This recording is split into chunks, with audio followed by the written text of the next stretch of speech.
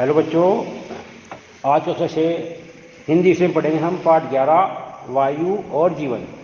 बच्चों, भारत में प्रतिदिन वायु प्रदूषण की जो समस्या है वो बहुत ही विकराल रूप धारण करती जा रही है और इससे निपटने के लिए हमें बहुत कुछ सोचना होगा।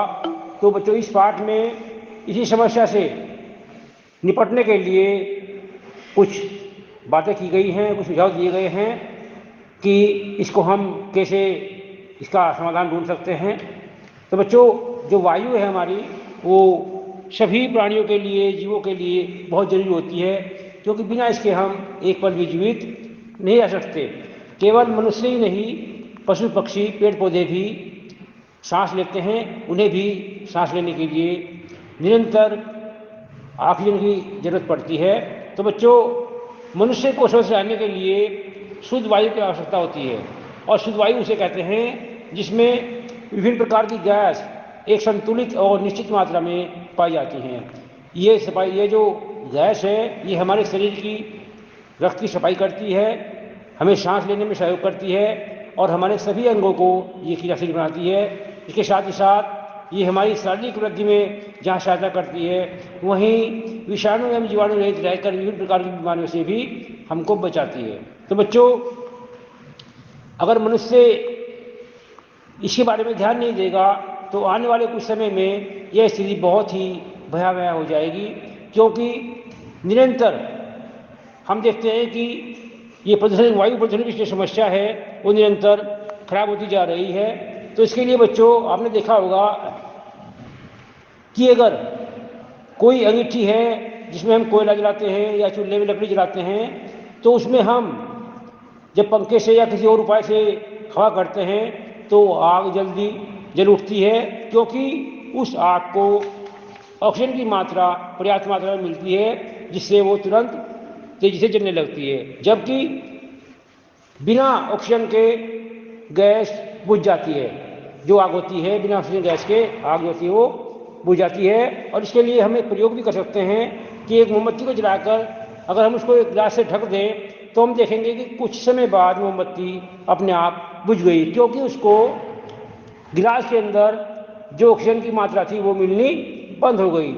तो बच्चों, ये किन कारणों से वायु प्रदूषित होती है? इसके पीछे भी कई कारण हैं। जब किसी कारण से वायुमंडल में या वायु में कार्बन डाइऑक्साइड की मात्रा अधिक बढ़ जाती है और कुछ अन्य विषैली गैस भी उसमें मिल जाती हैं, तो हमारी जो वायु है ये दूषित हो जाती है, जिसे हम वायु प्रदूषण कहते हैं। और कार्बन डाइऑक्साइड की अधिकता से व्यक्तियों में चक्कर आना, दम घुटना, जी मिचलाना, उल्टी आदि लक्षण हो सकते हैं। तो बच्चों, वर्तमान समय में जो प्रदूषण की समस्या है वो बहुत ही विकराल रूप धारण कर चुकी है, जिसके अनेक कारण हैं, जिनमें कारखानों से निकलने वाला धुआं, स्कूटर, कार, मोटर गाड़ियाँ, रेलगाड़ियाँ, जो हमारे विभिन्न प्रकार के यातायात के साधन हैं, उनसे निकलने वाली विषाक्त गैस, और किसानों द्वारा खेतों में जलाई जाने वाली पराली और निरंतर पेड़ों का कटाव होना, ये भी इसके लिए एक जिम्मेदार कारण माना जाता है। तो बच्चों, इसको ठीक करने के लिए हमें सभी मनुष्यों को और सरकार को मिलकर के काम करना होगा, क्योंकि इसे दूर करने के लिए, इस समस्या को दूर करने के लिए हमें कुछ उपाय करने होंगे, जैसे कि हम अधिक से अधिक पेड़ लगाएं। जो हमारे ऐसे उद्योग हैं जिनके अंदर से धुआं निकलता है, तो उनकी चिमनियों को बहुत ऊंची बना करके उसका धुआं ऊपर आकाश में पहुँचाया जाए।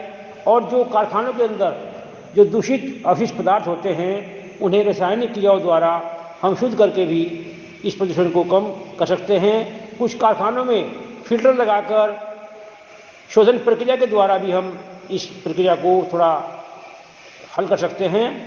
मोबिल, ऑयल, पेट्रोल, डीजल आदि से जो चलने वाले हमारे स्वचालित वाहन हैं, उनका हम कम से कम प्रयोग करें और उनके स्थान पर ऐसे वाहनों का निर्माण करें जो विद्युत ऊर्जा से चालित हों, जिससे कि वायुमंडल में दूषित जो गैस है उसकी मात्रा पर अंकुश लगेगा, यानी कि उस पर नियंत्रण हो सकेगा।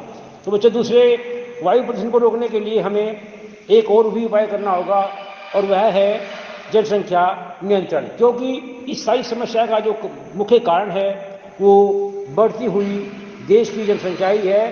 क्योंकि जैसे जैसे जनसंख्या बढ़ती जा रही है, लोग वन काटकर कृषि योग्य भूमि और आवास बनाते जा रहे हैं। अपनी आवश्यकताओं की पूर्ति के लिए उद्योग धंधे, कल कारखाने आदि बढ़ाते जा रहे हैं। इस प्रकार से वायु प्रदूषण की जो समस्या है वो दिन पर दिन बढ़ती जा रही है। तो बच्चों, इसके लिए सबसे अच्छा उपाय यह है कि हम अधिक से अधिक पेड़ लगाएं, जनसंख्या पर नियंत्रण रखें और जो उद्योगों में जो अवशिष्ट पदार्थ होते हैं उनके लिए शोधन करने वाले, शुद्ध करने वाले, उसको साफ करने वाले ऐसे संयंत्र लगाएं, ताकि जो अवशिष्ट पदार्थ हैं उनको साफ करके उन्हें किसी उपयोगी काम के लिए प्रयोग में लाया जा सके।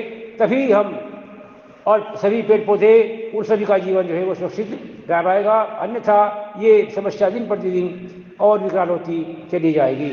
धन्यवाद।